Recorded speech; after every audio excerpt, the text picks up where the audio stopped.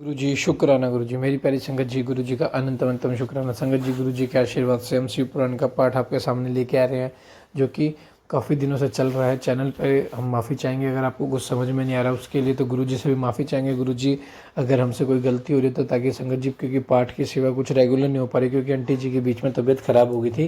तो संगत जी, अब आंटी जी रेगुलर भी अपने पाठ की सेवा कर रही है, तो संगत जी आप भी पूरी सेवा को अच्छे से स्वीकार कीजिए। हर पाठ को एंड तक जरूर सुनिए, अपनी ब्लेसिंग्स जरूर लीजिए और प्यारा सा कमेंट जरूर कीजिए। जय गुरु जी, शुक्राना गुरु जी। चैनल को सब्सक्राइब करके बेल आइकन को प्रेस जरूर कर लीजिए और आगे शेयर जरूर करना। जय गुरु जी। जय गुरु जी, शुक्राना गुरु जी, अनंतम अनंतम शुक्राना गुरु जी। गुरु महाराज जी के चरणों में कोटि कोटि प्रणाम और सबके कल्याण की कामना करते हुए मैं गुरु महाराज जी से अरदास करती हूँ। और ओम गणपते नमः। गणेश महाराज है विघ्नहर्ता गणपति जी, सबके कल्याण कीजिए, सबके दुख दूर कीजिए, सबके विघ्न हरिए। जय गुरु जी। संगत जी, अंकित अंकल जी, आपको भी जय गुरु जी, आपके परिवार को भी प्यार भरा जय गुरु जी। और संगत जी, गुरु महाराज जी ने जो सेवा दी है हम उसे संपन्न कर रहे हैं। गुरु महाराज जी खुद ही करा रहे हैं, हम कौन होते हैं करने वाले, गुरु महाराज जी खुद ही करा रहे हैं।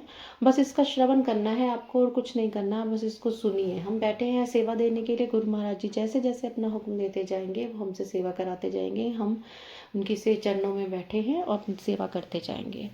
अंकित अंकल जी, आपको स्पेशल स्पेशल थैंक यू। हमेशा जैसे कि मैं अपना शिव पुराण पाठ शुरू करने से पहले आपको थैंक यू बोलती हूँ, क्योंकि आपके थ्रू हमें जो सेवा मिलती है और आप हमारे पाठ को और हमारे सत्संग को जो इतने प्यार से अपलोड करते हैं, इतना टाइम से आप करते हैं, उसके लिए भी आपको बहुत बहुत थैंक यू। और आप इतनी मेहनत करते हैं उसके लिए बहुत बहुत थैंक यू आपको करती हूँ। गुरु महाराज जी आप अपनी ब्लेसिंग्स बनाए रखें, आपके सारे कार्य पूर्ण करें, आपके सारे सपने पूरे करें। संगत जी, हमने रुद्र संहिता का कुमार खंड संपूर्ण किया था, जिसमें हमें गणपति जी के बारे में हमने पढ़ा था, अध्ययन किया था। अब हम करेंगे रुद्र संहिता पंचम युद्ध खंड। तारक पुत्र तारकाक्ष, विद्युन्माली और कमलाक्ष की तपस्या, ब्रह्मा द्वारा उन्हें वर प्रदान, माया मय द्वारा उनके लिए 3 पुरों का निर्माण और उनकी सजावट शोभा का वर्णन। ओम नमः शिवाय। शिवजी सदा सहाय। ओम नमः शिवाय। गुरुजी सदा सहाय। जय गुरु जी। शुक्राना शुक्राना शुक्राना शुक्राना शुक्राना शुक्राना गुरु महाराज। जितना शुक्राना करूं उतना कम है। हर चीज़ जो दे रहे हैं महाराज उसके लिए शुक्राना। इतनी औकात नहीं है जितना आप औकात से बढ़कर मुझे दे रहे हैं।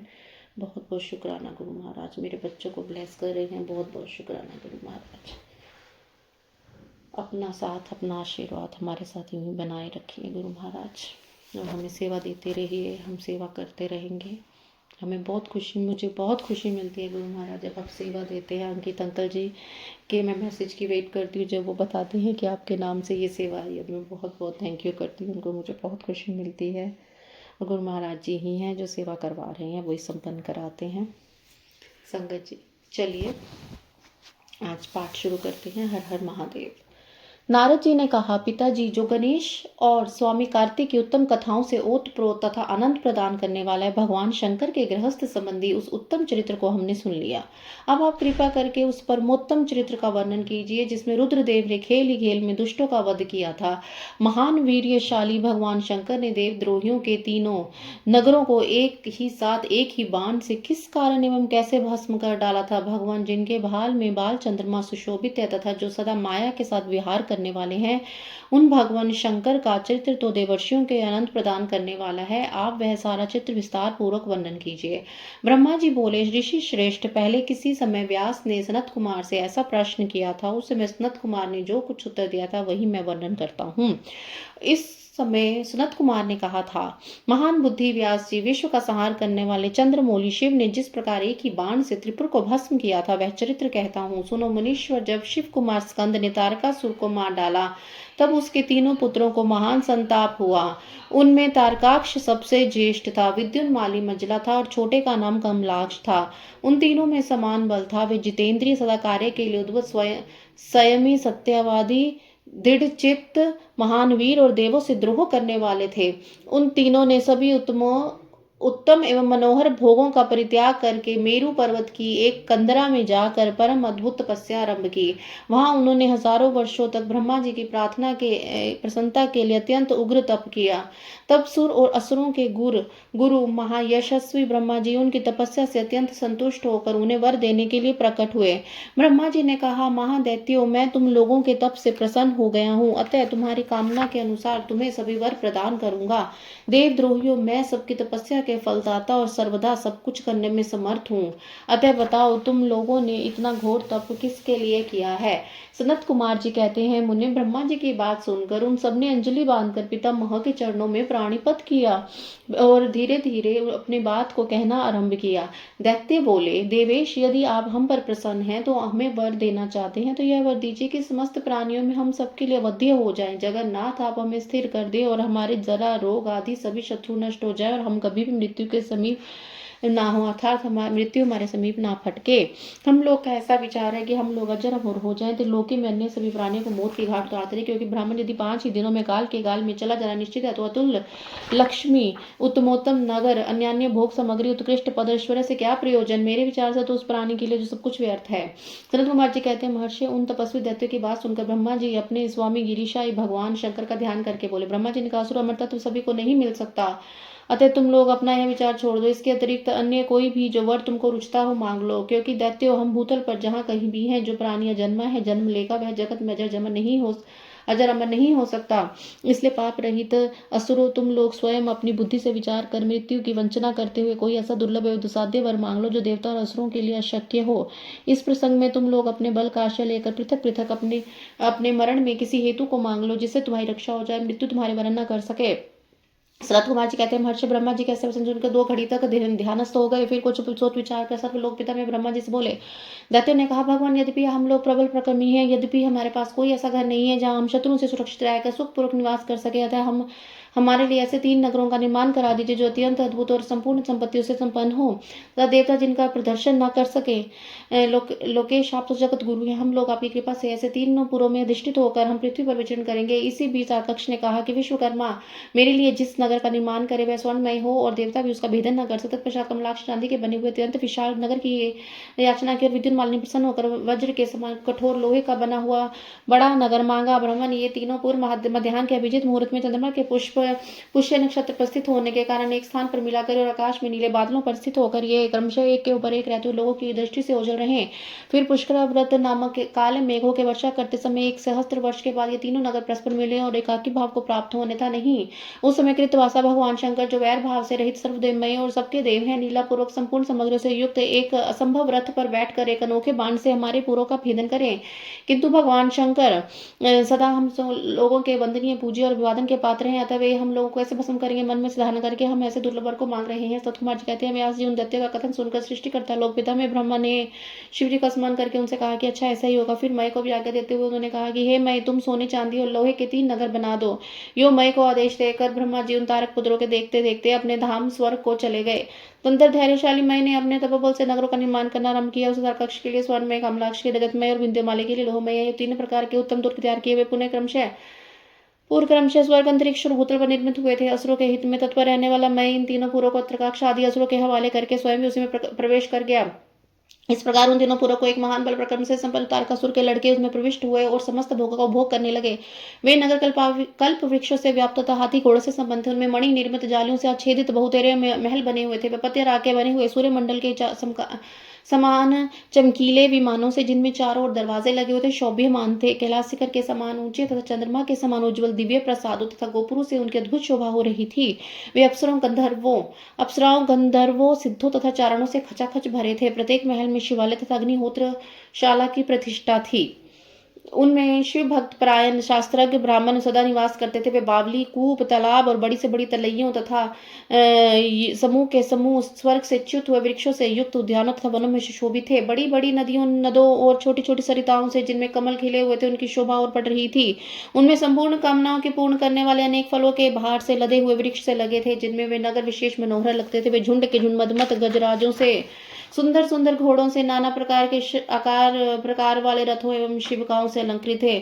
उनमें समय अनुसार पृथक पृथक क्रीड़ा स्थल बने हुए थे और वेदाध्ययन की पाठशालाएं भी भिन्न भिन्न निर्मित हुई थी। वे पापी पुरुषों के लिए मन वाणी से भी अगोचर थे। उन्हें सदाचारी पुण्यशील महात्मा ही देख सकते थे। पति सेवा परायणता को धर्म से विमुख रहने वाली पतिव्रता नारियों ने उन नगरों के उत्तम स्थलों को पवित्र कर रखा था। उनमें महाभाग शूरवीर दैत्य और श्रुति समर्थ के अर्थ के तत्वज्ञ एवं स्वधर्म परायण ब्राह्मण अपनी स्त्री तथा पुत्रों के साथ निवास करते थे। उनमें मय द्वारा सुरक्षित ऐसे सुदृढ़ पराक्रमी वीर भरे हुए थे जिनके केश नील कमल के समान नीले और घुंघराले थे। वे सभी सुशिक्षित थे, जिनकी उनमें सदा युद्ध की लालसा भरी रहती थी। वे बड़े बड़े समरों से प्रेम करने वाले थे। ब्रह्मा और शिव का पूजन करने से पहले उनके प्रकर्म विशुद्ध थे। वे सूर्य मरुदगण और महेंद्र के समान बलि थे और देवताओं के मंथन करने वाले थे। वेदों शास्त्रों और पुराणों में जिन जिन धर्मों का वर्णन किया गया वे सभी धर्म और शिव के प्रेमी देवता वहां चारों ओर व्याप्त थे। उन नगरों में प्रवेश करके वे दैत्य सदा शिव भक्ति निरत होकर सारी त्रिलोकी को बाधित करके विशाल राज्य का उपभोग करने लगे। मुने इस प्रकार वहां निवास करने वाले उन पुण्यात्माओं के सुख एवं प्रीति पूर्वक उत्तम राज्य का पालन करते हुए बहुत लंबा काल व्यतीत हो गया। जय गुरु जी, शुक्राना गुरु जी। आज का अध्याय यही समाप्त होता है। बहुत बहुत शुक्राना। हर हर महादेव।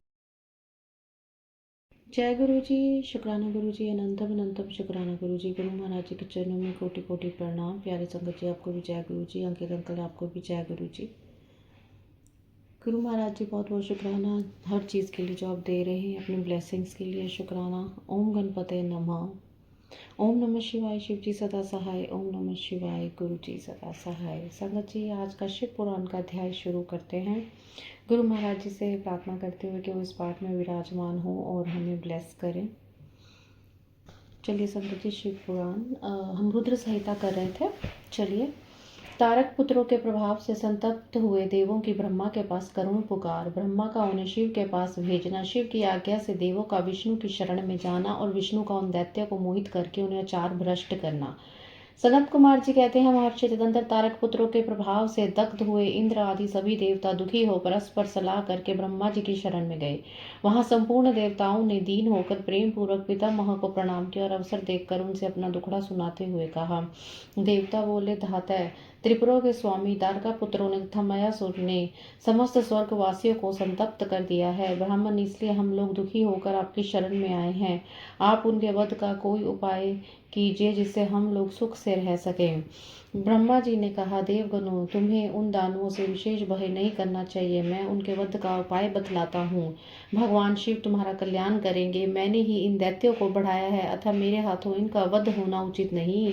साथ ही त्रिपुर में इनका पुण्य भी वृद्धिंगत होता रहेगा।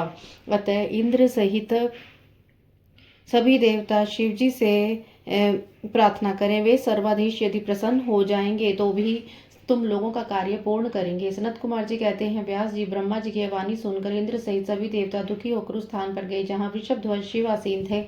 तब उन सब ने अंजलि बांधकर देवेश्वर शिव को भक्ति पूर्वक प्रणाम कर कंधा झुकाकर लोगों के कल्याण करता शंकर का स्तवन किया। मुने इस प्रकार नाना प्रकार के दिव्य स्तोत्रों द्वारा त्रिशूलधारी परमेश्वर की स्तुति करके स्वार्थ साधन में निपुण इंद्र आदि देवताओं ने दीन भावना से कंधा झुकाए हुए हाथ जोड़कर प्रस्तुत स्वार्थ को निवेदन करना आरंभ किया।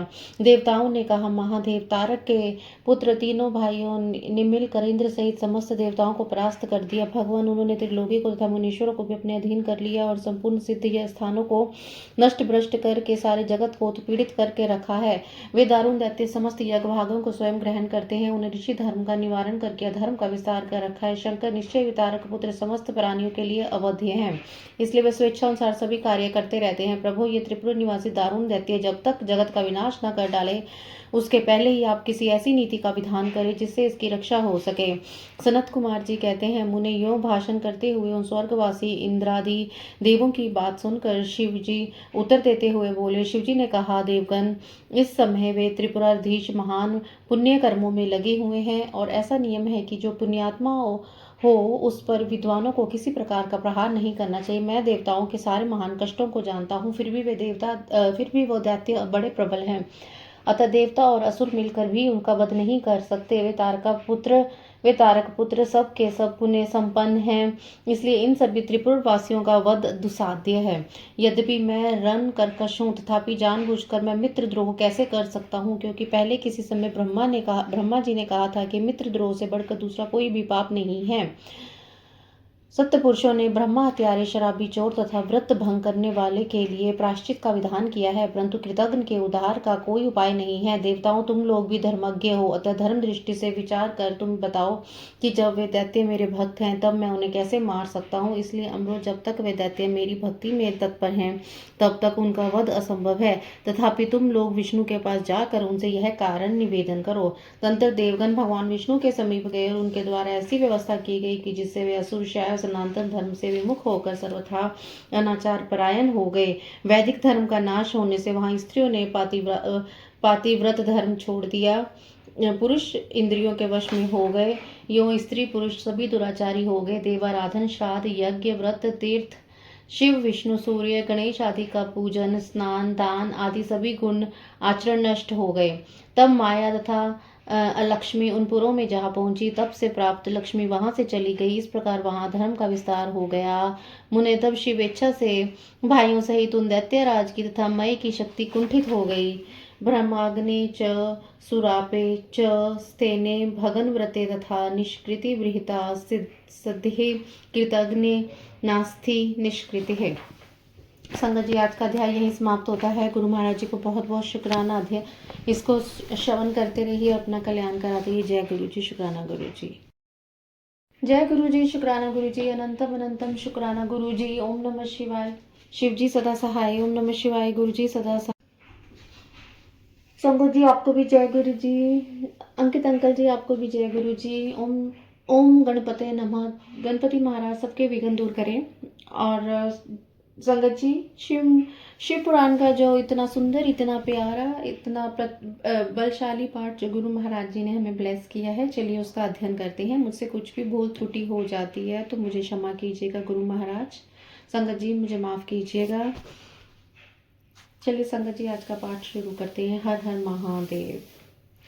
जय गुरु जी। देवों का शिवजी के पास जाकर उनका स्तवन करना, शिवजी के त्रिपुर वध के लिए उद्वित न होने पर ब्रह्मा और विष्णु का उन्हें समझाना, विष्णु के बतलाए हुए शिव मंत्र का देवों द्वारा तथा विष्णु द्वारा जप, शिवजी की प्रसन्नता और उनके लिए विश्वकर्मा द्वारा सर्वदेवमय रथ का निर्माण।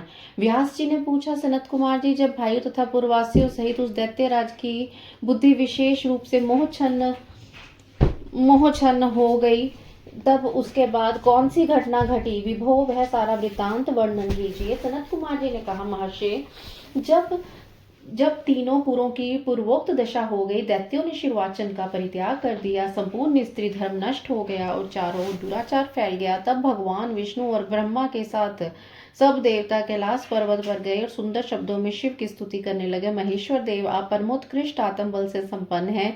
आप इस सृष्टि के कर्ता ब्रह्मा, पालक विष्णु और सहर्ता रुद्र हैं। पर ब्रह्मा स्वरूप आपको नमस्कार है। यो महादेव जी का स्तवन करके देवों ने उन्हें साष्टांग प्रणाम किया। फिर भगवान विष्णु ने जल में खड़े होकर अपने स्वामी परमेश्वर शिव का मन ही मन स्मरण करके तन्मय हो दक्षिणा मूर्ति के द्वारा प्रकटित रुद्र मंत्र का 1.5 करोड़ की संख्या तक का जाप किया। तब तक सभी देवता उन महेश्वर में मन लगाकर यो उनकी स्तुति करते रहे। देवों ने कहा, प्रभो, आप समस्त प्राणियों के आत्म स्वरूप कल्याण करता और भक्तों की पीड़ा हरने वाले हैं। आपके गले में नीला चिन्ह है जिसे आप नीलकंठ कहलाते हैं। आप चिद्रूप एवं प्रचेता हैं। आप रुद्र को हमारा प्रणाम है। अस्त्र निकंदन, आप ही हमारी सारी आपत्तियों के निवारण करने वाले हैं। अतः सदा से आप ही हमारी गति हैं। आपकी सर्वथा हम लोगों के वंदनीय हैं। आप सबके आदि हैं और आप ही अनादि भी हैं। आप ही आनंद स्वरूप अव्यय प्रभु प्रकृति पुरुष के भी साक्षात सृष्टा और जगदीश्वर हैं। आप ही रजोगुण, सत्वगुण और तमोगुण के आश्रय ब्रह्मा, विष्णु और रुद्र होकर जगत के कर्ता, भर्ता और सहारक बनते हैं। आप ही भव सागर को तारने वाले हैं। आप समस्त प्राणियों के स्वामी, अविनाशी, वरदाता, वांग में स्वरूप, वेद प्रतिपाद्य और वाच्य वाचकता से रहित हैं। योग वेता योगी, आप ही शांत से मुक्ति की याचना करते हैं। आप योगियों के हृदय कमल की कर्णिका पर विराजमान रहते हैं। वेद और संतजन कहते हैं कि आप पर ब्रह्मा स्वरूप, तत्व राशि, तेजो रूप और तेजो राशि और प्रातपर हैं। सर्व, आप सर्वव्यापी, सर्वात्मा और त्रिलोकी के अधिपति हैं। भव, इस जगत में जिसे परमात्मा कहा जाता है वह आप ही हैं। जगत गुरु, इस जगत में जिसे देखने, सुनने, स्तवन करने, जानने योग्य बताया जाता है, जो अणु से भी सूक्ष्म तथा महान से भी महान है, वह आप ही हैं। आप चारों ओर हाथ, पैर, नेत्र, सिर, मुख, कान और नाक वाले हैं, अतः आपके चारों ओर से नमस्कार है। सर्वव्यापी, आप सर्वज्ञ, सर्वेश्वर, अनावृत और विश्व रूप हैं। आप विरूपाक्ष को सब ओर से अभिवादन है। आप सर्वेश्वर, भवाध्यक्ष, सत्यमय, कल्याणकर्ता, अनुपमय और करोड़ों सूर्य के समान प्रभावशाली हैं। आपको हम चारों ओर से दंडवत प्रणाम करते हैं। विश्वराध्य, आदि अंत शून्य, 26वें तत्व, नियामक रहित तथा समस्त प्राणियों को अपने अपने कार्यों में प्रवृत्त करने वाले आपको हमारा सब ओर से प्रणाम है। आप प्रकृति के भी प्रवर्तक, सबके प्रपितामह और समस्त शरीरों में व्याप्त हैं। आप परमेश्वर को हमारा नमस्कार है। श्रुतियां तथा श्रुति तत्व के ज्ञाता, विज्ञ जन, आपको वरदायक, समस्त भूतों में निवास करने वाला स्वयंभू और श्रुतित्वज्ञ बतलाते हैं। नाथ, आपने जगत में अनेकों ऐसे कार्य किए हैं जो हमारी समझ से परे हैं, इसलिए देवता, असुर, ब्राह्मण और अन्य स्थावर जंगम भी आपकी स्तुति करते हैं। शंभो, त्रिपुरवासी दैत्यों ने हमें प्राय नष्ट सा कर डाला है, अतः आप शीघ्र ही उन असुरों का विनाश करके हमारी रक्षा कीजिए, क्योंकि देव वल्लभ हम देवों के एकमात्र आपकी ही गति है। परमेश्वर, इस समय वे आपकी माया से मोहित हो गए हैं, अतः प्रभो वे भगवान विष्णु द्वारा बताई हुई युक्ति के चक्र में फंसकर सारा धर्म कर्म छोड़ बैठे हैं। भक्त वत्सल, हमारे सौभाग्यवश इस समय उन दैत्यों ने संपूर्ण धर्मों का परित्याग कर दिया, नास्तिक शास्त्र का आश्रय ले रखा है। शरणदाता, आप सदा से देवताओं का कार्य करते आए, इसलिए आज भी हम लोग आपके शरणापन्न हुए हैं। अब आपकी जैसी इच्छा हो वैसा कीजिए। सनत कुमार जी कहते हैं, मुनिवर इस प्रकार महेश्वर का स्तवन करके देवगण दीन भाव से अंजलि बांधकर सामने खड़े हो गए। उस समय उनके मस्तक झुके हुए थे। इस प्रकार जब सुरेंद्र आदि देवों ने महेश्वर की स्तुति की और विष्णु ने ईशान संबंधी मंत्र का जप किया, तब सर्वेश्वर भगवान शिव प्रसन्न हो गए, वृक्ष पर सवार हो वहीं प्रकट हो गए। उस समय पार्वती पति शिव का मन प्रसन्न था। उन्होंने नंदेश्वर की पीठ से उतरकर विष्णु का आलिंगन किया और फिर वे नंदी पर हाथ टेक कर खड़े हो गए और संपूर्ण देवताओं की और कृपा भरी दृष्टि से देखकर गंभीर वाणी में श्री हरि से बोले।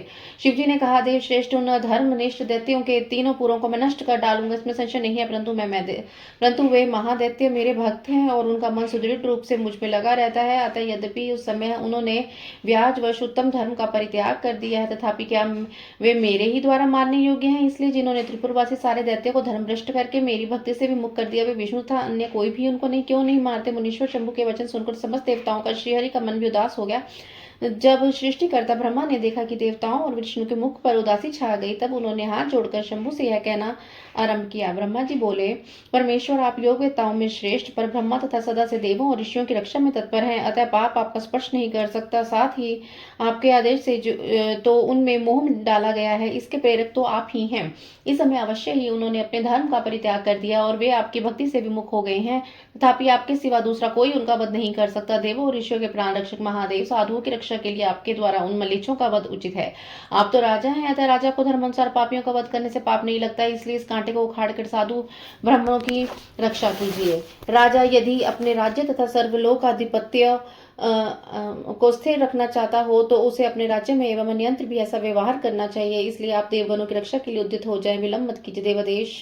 देवेश, बड़े बड़े मुनीश्वर, यज्ञ, संपूर्ण वेद शास्त्र, मैं और विष्णु भी निश्चय ही आपकी प्रजा हैं। प्रभो, आप देवताओं के सार्वभौम सम्राट हैं। ये श्रीहरि आदि देवगण तथा सारा जगत आपका ही कुटुंब है। जन्मदेव श्री हरि आपके युवराज हैं और मैं ब्रह्मा आपका पुरोहित हूँ तथा आपकी आज्ञा का पालन करने वाले शक्र राज कार्य संभालने वाले मंत्री हैं। सर्वेश अन्य देवता भी आपके शासन के नियंत्रण में रहकर सदा सदा अपने कार्य में तत्पर रहते हैं, यह बिल्कुल सत्य है। सनत कुमार जी कहते हैं, व्यास जी, ब्रह्मा की बात सुनकर सुरपालक परमेश्वर शिव का मन प्रसन्न हो गया। तब उन्होंने ब्रह्मा जी से कहा। शिव जी बोले, ब्राह्मण, यदि आप मुझे देवताओं का सम्राट बता रहे हैं तो मेरे पास उस पद के योग्य कोई ऐसी सामग्री तो नहीं है जिससे मैं उस पद को ग्रहण कर सकूं, क्योंकि ना तो मेरे पास कोई महान दिव्य रथ है, ना ही उपयुक्त सारथी है, ना ही संग्राम में विजय दिलाने वाले वैसे धनुष्पान है कि जिन्हें लेकर मैं मनोयोग पूर्वक संग्राम में उन प्रबल दैत्यों का वध कर सकूं। यो कहकर वे चुप हो गए, परंतु शिव जी को शीघ्र प्रस्तुत न होते देखकर समस्त देवता, कश्यप आदि ऋषि अत्यंत व्याकुल तथा दुखी हो गए। तब भगवान श्रीहरि ने उनसे कहा। भगवान विष्णु बोले, देवो तथा मुनियों, तुम लोग क्यों दुखी हो रहे हो? तुम्हें अपने सारे दुख का परित्याग कर देना चाहिए। अब तुम सब लोग आदर पूर्वक मेरी बात सुनो। देवगण, तुम ही लोग विचार करो कि महान पुरुषों की आराधना सुख साध्य नहीं होती। मैंने ऐसा सुना है कि महाआराधन में पहले महान कष्ट झेलना पड़ता है, पीछे भक्त की दृढ़ता देखकर इष्ट देव अवश्य प्रसन्न होते हैं, परंतु शिव तो समस्त गणों के अध्यक्ष परमेश्वर हैं, ये तो आशुतोष ही ठहरे। अतः पहले ओम का उच्चारण करके फिर नमः का प्रयोग करें, फिर शिवाय कहकर 2 बार शुभम का उच्चारण करें, इसके बाद 2 बार कुरु का प्रयोग करके फिर शिवाय नमः ओम जोड़ दें।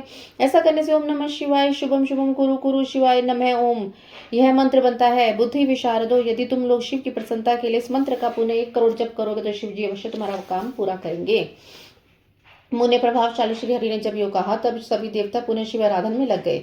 तत्पश्चात श्री हरि भी देवता तथा मुनियों के कार्य की सिद्धि के हेतु शिव में मन लगाकर विशेष रूप से विधि पूर्वक जप में तत्पर हो गए। मुनि श्रेष्ठ तथा देवगण धैर्य संपन्न बारंबार शिव शिव योच्चारण करते रहे। 1 करोड़ जप करके सबके सामने खड़े हो गए।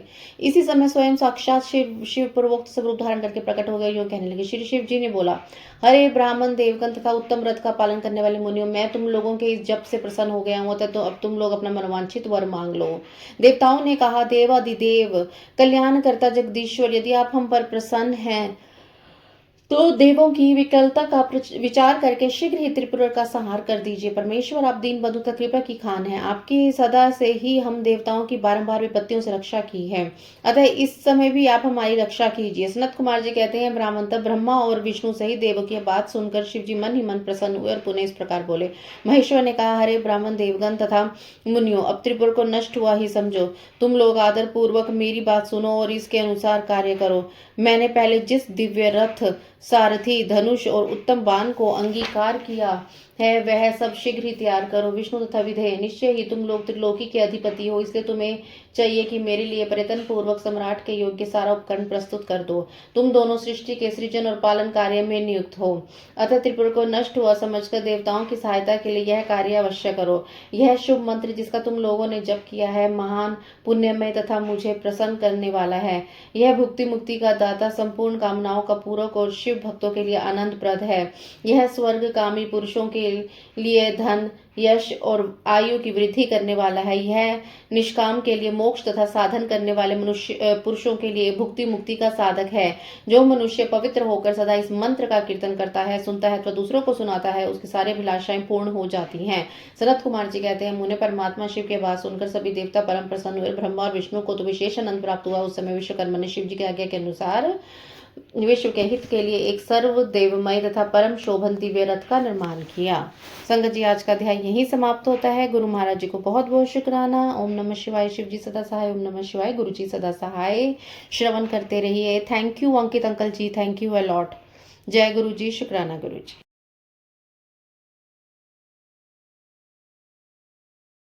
जय गुरु जी। शुक्राना गुरु जी। अनंतम अनंतम शुक्राना गुरु जी। गुरु महाराज जी के चरणों में कोटि कोटि प्रणाम। प्यारी संगत जी, आपको भी जय गुरु जी। अंकित अंकल जी, आपको भी, आपके परिवार को भी, बच्चों को भी, सबको जय गुरु जी। और ओम गणपते नमः। गणेश महाराज सबके विघ्न दूर करें, सबके काम बनाएं। अंकित अंकल जी, आपको गुरु महाराज जी बहुत बहुत ब्लेस करें। थैंक यू जो आपने मुझे ये सेवा बताई है और मैं ये कर रही हूँ। मैं अपने आप को बहुत भाग्यशाली मानती हूँ। संगत जी, कल्याण कराते रहिए गुरु महाराज जी से और शिव पुराण का पाठ सुनते रहिए। गुरु महाराज जी को शुक्राना जरूर कहिए। एक शुक्राना आपकी ज़िंदगी बदल सकता है गुरु महाराज जी के चरणों में। और संगत जी, चलिए आज का शिव पुराण का पाठ शुरू करते हैं। मुझसे कुछ भूल कुछ त्रुटि हो जाती है तो गुरु महाराज मुझे क्षमा करना। अब संगत जी, आप भी मुझे क्षमा कीजिएगा। ओम नमः शिवाय। शिव जी सदा सहाय। ओम नमः शिवाय। गुरु जी सदा सहाय। हर हर महादेव। सर्व देवमय रथ का वर्णन। शिवजी का उस रथ पर चढ़कर युद्ध के लिए प्रस्थान। उनका पशुपति नाम पड़ने का कारण। शिवजी द्वारा गणेश का पूजन। त्रिपुर दहा, माया दानव का त्रिपुर से जीवित बच निकलना। संगत जी, इस अध्याय में देखिए हम पढ़ रहे हैं ना कि शिव जी का नाम पशुपति जी कैसे पड़ा। चलिए इसे शुरू करते हैं। व्यास जी ने कहा, शेफ प्रवर सनत कुमार जी, आपकी बुद्धि बड़ी उत्तम है, आप सर्वज्ञ हैं। तात आपने परमेश्वर शिव की जो कथा सुनाई वह अत्यंत अद्भुत है। अब बुद्धिमान विश्वकर्मा ने शिव जी के लिए जिस देवमय एवं परमोत्कृष्ट दिव्य रथ का निर्माण किया था उसका वर्णन कीजिए। सूत जी कहते हैं, मुनि व्यास जी की बात सुनकर मुनीश्वर सनत कुमार जी शिव जी के चरण कमलों का स्मरण करके बोले। सनत कुमार जी ने कहा, महाबुद्धिमान मुनिवर व्यास जी, मैं शिव जी के पाद पद्यों का स्मरण करके अपनी बुद्धि के अनुसार रथ का निर्माण कथा का वर्णन करता हूँ। सुनो तदंतर विश्वकर्मा ने रुद्रदेव के लिए बड़े यत्न से आदर पूर्वक सर्वलोक में दिव्य रथ की रचना की। यह सर्वसम्मत तथा सर्वभूत में तथा सुवर्ण का बना हुआ था। उसके दाहिने चक्र में सूर्य, वाम चक्र में चंद्रमा विराजमान थे। दाहिने चक्र में 12 आरे लगे हुए थे, जिनमें 12 सूर्य प्रतिष्ठित थे, और बायां पहिया 16 आरों से युक्त था, जिनमें चंद्रमा की 16 कलाएं विराजमान थी। उत्तम व्रत का पालन करने वाले विप्रेंद्र, अश्विनी आदि सभी 27 नक्षत्र भी उस वाम चक्र की शोभा बढ़ा रहे थे। विप्र श्रेष्ठ 6 ऋतुओं उन दोनों पहियों की नेमी बनी। अंतरिक्ष रथ का अग्रभाग हुआ और मंदराचल ने रथ की बैठक का स्थान ग्रहण किया। उदयाचल और अस्ताचल ये दोनों उस रथ के कुबर हुए। महामेरु अधिष्ठान हुआ और शाखा पर्वत उसके आश्रय स्थान हुए। संवत्सर उस रथ का वेग, उत्तरायण और दक्षिणायन दोनों लोह धारक, मुहूर्त, बंधु, रस्सा, कलाएं उसकी कीलें हुई। काष्ठाएं उनका घोना, नासिका रूप अग्रभाग, शन, अक्षदंड, निमेष, अनुकर्ष, नीचे का काष्ठ और लव ईशादंड हुए। द्युलोक इस रथ का वारुत ऊपरी पर्दा तथा स्वर्ग और मोक्ष ध्वजाएं हुई। अभ्रमु ऐरावत की पत्नी और कामधेनु जुए के अंतिम छोर पर स्थित हुए। अव्यक्त प्रकृति उसका ईशादंड, बुद्धि, नडवल, अहंकार, कोना और पंच महाभूत उसका बल थे। मुनिश्रेष्ठ इंद्रियां जैसे उसे चारों ओर से विभूषित कर रही थी और श्रद्धा उस रथ की चाल थी। उस समय वेदों के 6 अंगों में उसके भूषण और पुराण, न्याय, मीमांसा, धर्म शास्त्र भूषण हुए। संपूर्ण शुभ लक्षणों से युक्त बल संपन्न श्रेष्ठ मंत्र घंटा के स्थानापन्न हुए और वर्ण तथा आश्रम उसके पाद बने। सहस्त्र फनों से सुशोभित नाग बंधन रज्जु हुए और दिशाएं तथा उपदिशाएं उनके पाद बनी। पुष्कर आदि तीर्थों ने रतन जटित स्वर्ण में पताकों का स्थान ग्रहण किया और चारों समुद्र उस रतन के आच्छादन वस्त्र बने। गंगा आदि सभी श्रेष्ठ सरिताओं ने सुंदरी स्त्रियों का रूप धारण किया और समस्त आभूषणों से विभूषित हो हाथ में चवन यत्र तत्र स्थित होकर वे रथ की शोभा बढ़ाने लगी। आवा आदि 7 वायुओं ने स्वर्ण में उत्तम सोमपान का काम संभाला। लोकालोक पर पर्वत उसके चारों ओर का उपसोपान और मानस आदि सरोवर उसके सुंदर बाहरी विश्व स्थान हुए। सारे वर्षाचल उनके चारों ओर के पाश बने और नीचे के लोगों के निवासी उस रथ का तल भाग हुए। देवाधिदेव भगवान ब्रह्मा लगाम पकड़ने वाले सारथी और ब्रह्मा दैवत ओंकार उन ब्रह्मदेव का चाबुक हुआ। आकार ने विशाल छत्र का रूप धारण किया। मंदराचल पार्श्व भाग का दंड हुआ। शैलराज, हिमालय, धनुष और स्वयं नागराज शेष उनकी प्रत्यंचा बने। श्रुति रूपनी सरस्वती देवी उस धनुष की घंटा हुई और महातेजस्वी विष्णु बाण तथा अग्नि उस बाण के नोक बने। मुने चारों वेद उस रथ में जुतने वाले 4 घोड़े कहे गए हैं। इसके बाद शेष बची हुई ज्योतियां उन अश्वों की आभूषण हुई। विश्व से उत्पन्न हुए वस्तुओं ने सेना का रूप धारण किया। वायु, बाजा बजाने वाले और व्यास आदि मुख्य मुख्य ऋषि वाहक हुए। मनीश्वर अधिक कहने से क्या लाभ, मैं संक्षेप में बतलाता हूँ कि ब्रह्मांड में जो कुछ वस्तुएं थी वह सब उस रथ में विद्यमान थी। इस प्रकार बुद्धिमान विश्वकर्मा ने ब्रह्मा और विष्णु की आज्ञा से उस शुभ रथ का तथा रथ सामग्री का निर्माण किया था। सनत कुमार जी कहते हैं, महर्षि इस प्रकार के महान दिव्य रथ में जो अनेकाविध आश्चर्यों से युक्त था, वेद रूपी अश्वों को जोतकर ब्रह्मा ने उसे शिव को समर्पित कर दिया था। शंभु को निवेदित करने के पश्चात जो विष्णु आदि देवों के सम्मानीय एवं त्रिशूल धारण करने वाले हैं, उन देवेश्वर की प्रार्थना करके ब्रह्मा जी उन्हें उस रथ पर चढ़ाने लगे। तब महान ऐश्वर्यशाली सर्वदेवमय शंभु रथ सामग्री से युक्त उस दिव्य रथ पर आरूढ़ हुए। उस समय ऋषि, देवता, गंधर्व, नाग, लोकपाल और ब्रह्मा विष्णु उनकी स्तुति कर रहे थे। गान विद्या विशारद अप्सराओं के गण उन्हें घेरे हुए थे। सारथी के स्थान पर ब्रह्मा को देखकर उन वरदायक शंभु की विशेष शोभा हुई। लोक की सारी वस्तुओं से कल्पित उस रथ पर शिवजी चढ़ ही रहे थे कि वेद संभूत वे घोड़े सिर के बल भूमि पर गिर पड़े। पृथ्वी में भूकंप आ गया। सारे पर्वत डगमगाने लगे। सहसा शेष नाग शिवजी का भार न सह सकने के कारण आतुर कांप उठे। तब उसी क्षण भगवान धरणीधर ने उठकर नंदीश्वर का रूप धारण किया और रथ के नीचे जाकर उसे ऊपर की ओर उठाया, परंतु नंदीश्वर भी रथारूढ़ महेश के उस उत्तम तेज को सहन न कर सके। अतः उन्होंने तत्काल ही पृथ्वी पर घुटने टेक दिए। तत्पश्चात भगवान ब्रह्मा ने शिव जी की आज्ञा से हाथ में चाबुक ले घोड़ों को उठाकर उस श्रेष्ठ रथ को खड़ा किया। तंत्र महेश द्वारा अधिष्ठित उस उत्तम रथ में बैठे हुए ब्रह्मा जी ने रथ में जुटे हुए मन और वायु के समान वेगशाली वेदमय अश्वों को उन तपस्वी दानवों के आकाश स्थित तीनों पुरों को लक्ष्य करके आगे बढ़ाया। तत्पश्चात लोगों के कल्याण करता भगवान रुद्रदेव की ओर दृष्टिपात करके कहने लगे, सुश्रेष्ठ, यदि तुम लोग देव तथा अन्य प्राणियों के विषय में पृथक पृथक पशु तत्व की कल्पना करके उन पशुओं का आधिपत्य मुझे प्रदान करोगे, तभी मैं उन असुरों का संहार करूंगा, क्योंकि वे दैत्य श्रेष्ठ तभी मारे जा सके, अन्यथा उनका वध असंभव है। सनत कुमार जी कहते हैं, मुने अगाध बुद्धि संपन्न देवाधिदेव भगवान शंकर की आवाज सुनकर सभी देवता पशु तत्व के प्रति संशकित हो उठे, जिससे उनका मन खिन्न हो गया। तब उनके भाव को समझकर देवदेव अंबिकापति शंभु कर्णाध्र हो गए और वे हंसकर उन देवताओं से इस प्रकार बोले। शंभु ने कहा, देव श्रेष्ठ, पशु भाव प्राप्त होने पर तुम लोगों का पतन नहीं होगा। मैं उस पशु भाव से मुक्त होने का उपाय बताता हूँ, सुनो और वैसे ही करो। समाहित मन वाले देवताओं, मैं तुम लोगों से सच्ची प्रतिज्ञा करता हूँ कि जो इस दिव्य पशुपत व्रत का पालन करेगा वह पशु तत्व से मुक्त हो जाएगा। सुश्रेष्ठ, तुम्हारे अतिरिक्त जो अन्य प्राणी भी मेरे पशुपत व्रत को करेंगे वे भी निसंदेह पशुत्व से छूट जाएंगे। जाएंगे। जो नैष्ठिक ब्रह्मचार्य का पालन करते 12 वर्षों तक, 6 वर्षों तथा 3 वर्ष तक मेरी सेवा करेगा अथवा कराएगा, वह पशु तत्व से विमुक्त हो जाएगा। इसलिए श्रेष्ठ देवताओं, तुम लोग भी जब परमोत्कृष्ट दिव्य व्रत का पालन करोगे तो उसी समय पशु तत्व से मुक्त हो जाओगे, इसमें संशय नहीं है। सनत कुमार जी कहते हैं, महर्षि परमात्मा महेश्वर का वचन सुनकर विष्णु और ब्रह्मा आदि देवताओं ने कहा, तथेति, बहुत अच्छा, ऐसा ही होगा। इसलिए बड़े बड़े देवता तथा असुर भगवान शंकर के पशु बने और पशु तत्व रूपी पाठ से विमुक्त करने वाले रुद्र पशुपति हुए। तभी से महेश्वर का पशुपति यह नाम विश्व में विख्यात हो गया। यह नाम समस्त लोकों में कल्याण प्रदान करने वाला। उसी समय संपूर्ण देवता तथा ऋषि हर्ष मग्न होकर जय जयकार करने लगे और देवेश्वर ब्रह्मा विष्णु तथा अन्य प्राणी भी परमानंद मग्न हो गए। उस अवसर पर महात्मा शिव का जैसा रूप प्रकट हुआ था उसका वर्णन सैकड़ों वर्षों में भी नहीं हो सकता। तदंतर जो शिवा तथा संपूर्ण जगत के स्वामी और समस्त प्राणियों के सुख प्रदान करने वाले वे महेश्वर जी सुसज्जित होकर त्रिपुर का संहार करने के लिए प्रस्थित हुए। जिस समय देवदेव महादेव त्रिपुर का विनाश करने के लिए चले, उस अवसर पर देवराज आदि सभी प्रधान देवता भी उनके साथ प्रस्तुत हुए।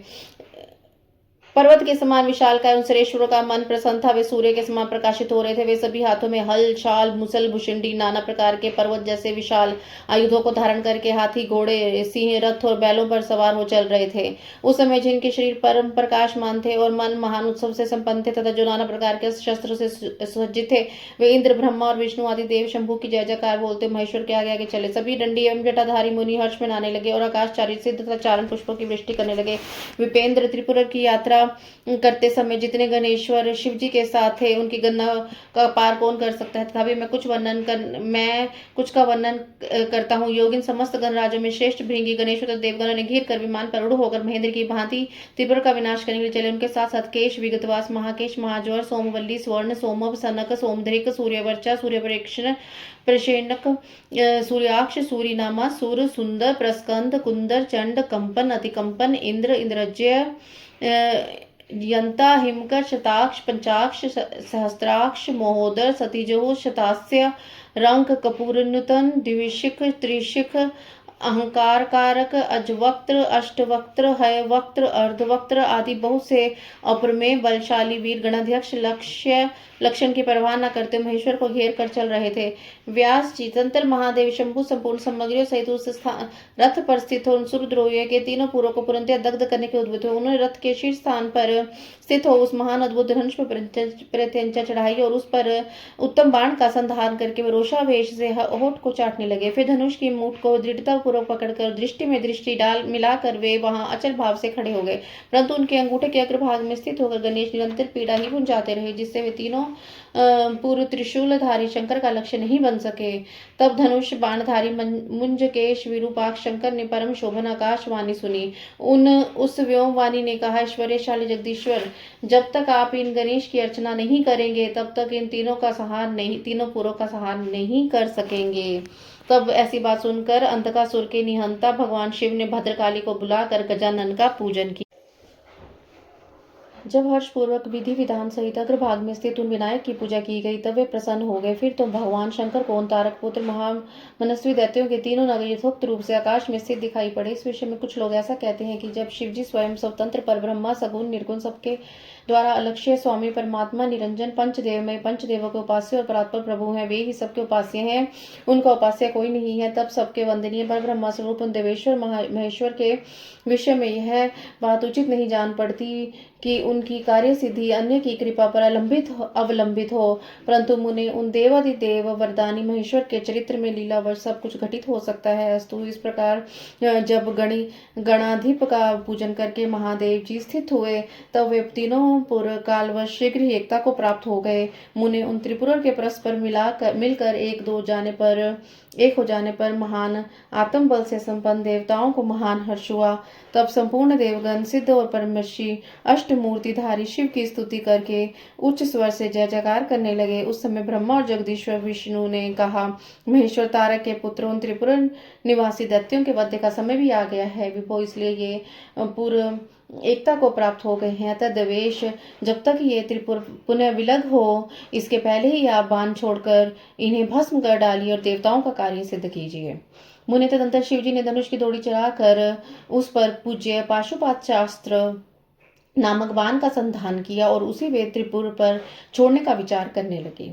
शंकर जी ने जिस समय अपने अद्भुत धनुष को खींचा था उस समय अभिजित मुहूर्त चल रहा था। उन्होंने धनुष की टंकार तथा दुस्साहस सिंहनाद करके अपना नाम घोषित किया और उन महासुरों को ललकार कर करोड़ों सूर्य के समान प्रकाशमान उन भीषण बाण को उन पर छोड़ दिया। तब जिसके नोक पर अग्निदेव प्रतिष्ठित थे, जो विशेष रूप से पाप का विनाशक तथा विष्णुमय था, उस महान जजवल्यमान शीघ्रगामी बाण ने उन त्रिपुर निवासी दैत्यों को दग्ध कर डाला। तत्पश्चात वे तीनों पुर भी भस्म हो गए और एक साथ ही चारों समुद्रों रूपी मेखला वाली भूमि पर गिर पड़े। उस समय शिव जी की पूजा का अतिक्रमण कर देने के कारण सैकड़ों दैत्य उस बाण स्थित अग्नि से जलकर हाहाकार मचा रहे थे। तब भाइयों सहित तारकाक्ष जलने लगा। तब उसने अपनी स्वामी भक्त वत्सल भगवान शंकर का स्मरण किया और मन ही मन महादेव को देखकर परम भक्ति पूर्वक नाना प्रकार से विलाप करता हुआ वह उनसे कहने लगा। तारकाक्ष बोला, भव आप हम पर प्रसन्न हैं, यह हमें ज्ञात हो गया है। इस सत्य के प्रभाव से आप फिर कब भाइयों सहित हमें दग्ध करेंगे? भगवान जो देवता और असुरों के लिए अप्राप्य है, वह आपके हाथ से मरण रूप दुर्लभ लाभ हमें प्राप्त हो गया है। अब जिस जिस योनि में हम जन्म धारण करेंगे, वहां हमारी बुद्धि आपकी भक्ति से भावित रहे। मुने योग में दैत्य विलाप कर ही रहे थे कि शिव जी की आज्ञा से उस अग्नि ने उन्हें अद्भुत रीति से जलाकर आग की ढेरी बना दिया। व्यास जी और जो बालक वृद्ध दानव थे, वे शिवाज्ञानुसार उस अग्नि द्वारा शीघ्र ही जलकर भस्म हो गए। यहाँ तक कि उन त्रिपुरों में जितनी स्त्रियां और पुरुष थे, वे सब के सब उस अग्नि से उस प्रकार दग्ध हो गए जैसे कल्पांत में जगत भस्म हो जाता है। उस समय उस भीषण अग्नि से कोई भी स्थावर जंगम बिना जले नहीं बचा, किंतु असुरों का विश्वकर्मा विनाशी माया बच गया, क्योंकि वह देवों का विरोधी शंभु के तेज से सुरक्षित और सुदग्ध था। विपत्ति के अवसर पर वह महेश्वर का शरणागत बना रहता था। जिन दैत्यों तथा अन्य प्राणियों का भाव अभाव तथा कृत्य अकृत्य के प्राप्त होने पर नाशकारक पतन नहीं होता था, वे विनाश से बचे रहते हैं। इसलिए सत्पुरुषों को अत्यंत संभावित उत्तम कार्य के लिए पतन करना चाहिए, क्योंकि निंदित कर्म करने से प्राणी का विनाश हो जाता है। अतः गृहित कर्म का आचरण भूल कर भी ना करें। उस समय भी वे जो दैत्य बंधु बांधवों सहित शिव जी की पूजा में तत्पर थे, वे सब के सब शिव पूजा के प्रभाव से दूसरे जन्म में गणों के अधिपति हो गए। जय गुरु जी, शुक्राना गुरु जी। संगत जी, आज का अध्याय यही समाप्त होता है। गुरु महाराज जी की आज्ञा से बहुत बहुत शुक्राना। पाठ सुनते रहिए, शुक्राना करते रहिए।